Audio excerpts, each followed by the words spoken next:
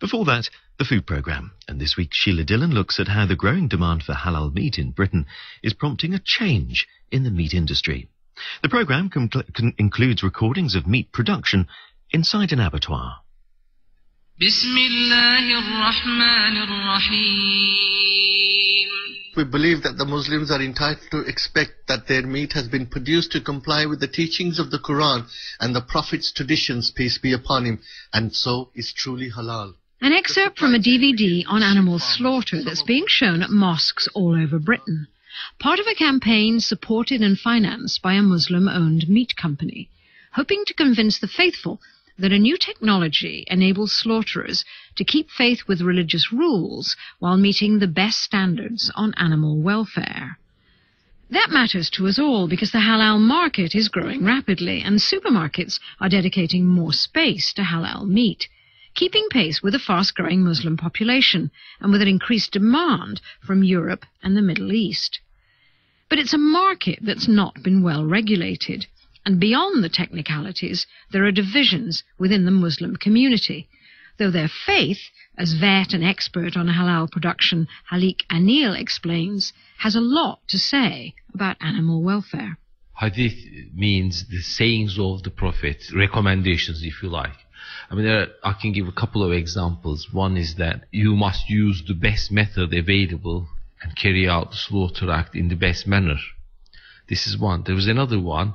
They were talking about slaughter of animals, and a shepherd said, well, I'm often on the mountains with the sheep, and if I have a sheep with a broken leg, if I don't have a knife, how do I slaughter the animal? And the Prophet's answer was very simple. You just have to think about animals' welfare and just kill it by whatever method as quickly as possible. So, really, in Islam, animal welfare is important. And it doesn't just only apply to slaughter.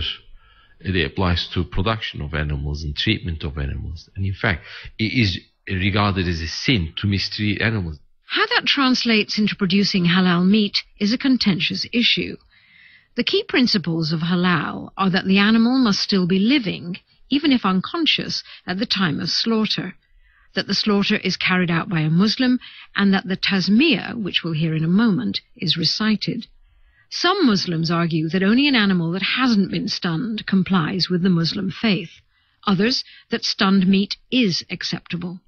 EU law on religious slaughter allows for both, but the issue is confused by huge variations in practice and by a large number of certifying bodies, each with their own interpretation of what is truly halal. Which is why a 4-year project has been underway to look at practice across Europe. Dr. Mara Miele of Cardiff University is the coordinator of DIALREL. DIALREL is a small European project which is dedicated to establish a dialogue with the religious community. So it's short for Dialogue with Religious Community. Dialogue with Religious Community about improving practices of religious slaughter and, in general, improving practices of slaughter. So it's a project which is dedicated to reviewing existing practices of slaughter and trying to identify what are the best practices available and what is the variation across Europe. It's the first time such a project has been attempted, and it's been revealing, particularly of the huge differences between the UK and other European countries. I think the UK, in many respects, is a country where there has been much better consensus over, the acceptability of stunning for the religious community. Roughly 80% of all animals which are slaughtered according to the halal system are previously stunned, while in Italy it's the other way around. 80% are non-stunned and only 20% are stunned. And in France there is a much higher proportion of animals which are not stunned. Obviously we are talking about very different markets. In Italy is a very, very small number of animals that we are talking about. France as well is smaller than the UK. But there are obviously different practices. Worries breed from this confusion. Some Muslims fear that what they're buying is not truly halal. Some non-Muslims are anxious they might be eating meat from animals slaughtered in what they consider to be a cruel fashion. Reporter Sarah Parker spent a day with one Muslim business in the Midlands, grappling with all these issues. Good morning, Sarah. My name is Naved Syed. I am the Managing Director of Janan Meat here in Kings Winford, Dudley. I mean, I've been in the food industry for, I'm going to give my age away, nearly 15, 20 years now. The bottom line is we are killing. The word halal means lawful. The word ziba means the method of slaughter. Everything that we do must be lawful. Lawful to animal welfare, lawful to everything.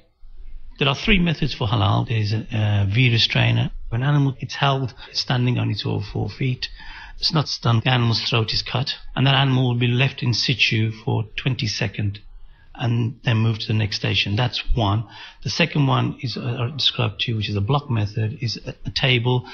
The animal will come, 2 people will hold the animal down while they cut the throat, and they will hold that animal in the situ for, again, 20 seconds so that it suffers no more pain. And then there is a stun. What we do in immobilizing is as soon as the animal is slaughtered, it's sleeping, and then the animals move to the next station, the bleeding. So there are 3 methods for halal slaughtering. Judge for yourself, and you decide at the end of the day. It's your conscience, not mine. And we can only tell you what we are doing. We're outside now, and what we're doing, going into the main yard where they unload the animals. I'm Helen Stevens, Quality Assurance Manager. And before you came here, were you a bit concerned about how it was killed? Before I came here, and obviously coming from a nursing background, I hadn't really come across halal meat. I applied for a microbiology position to obviously swab the carcasses, and then took off the position and the relevant training to become Quality Assurance Manager. People need to understand it more, because obviously it's so easy to have a preconceived idea of just animals slaughtered inhumanely, but we're done here. And you're quite happy? Yes, I actually watch. The Muslim community are happy, but so animal welfare is still in place. We're unloading another delivery of lambs and sheep. These will be put into pens, clean bedding, water. Can we just go over here? Yes. I can see you're keeping them here. They're eating hay. Yeah, oh yes. I mean, they're daily fed, watered, and obviously animal welfare they're very strict on. They'll be checked by the vet. We wouldn't just unload animals and take them up for slaughter. I mean, we like to rest them, feed them. So how long are they here for? We would like to ensure that they rest for at least a good hour before they're slaughtered. I'm Haluk Anil. I'm a vet, and I've been involved in veterinary research. For the last 20 years, I've done quite a lot of research into animal welfare at slaughter. Religious slaughter has become more of an issue in recent years. The Muslim population in the UK has increased. There is more awareness of the requirements of halal slaughter and halal meat. So what do you think are the major concerns? Well, there are 2 types of concerns. The Muslim community's concern is they're worried that the halal meat they buy is really halal and they are not cheated. That's a big concern.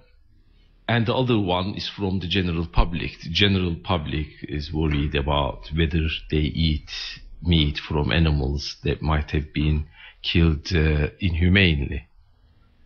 If a religious slaughter without stunning is carried out, then the animal must not be moved for 20 seconds in the case of sheep and 30 seconds in the case of cattle. If you studied brain function after the neck cut, it can take around 20 seconds before the brain becomes profoundly disturbed. In other words, it's not able to function. So it's based on that. We're now going into the production area. You can't enter the production area without security fob. We are fully dressed up in whites with white Wellington boots and so forth. Now we'll go through the boot wash. The basic rule is that the animal must be alive or not dead at the time of slaughter before blood comes out. That's the main requirement. And the slaughter has to be carried out by a Muslim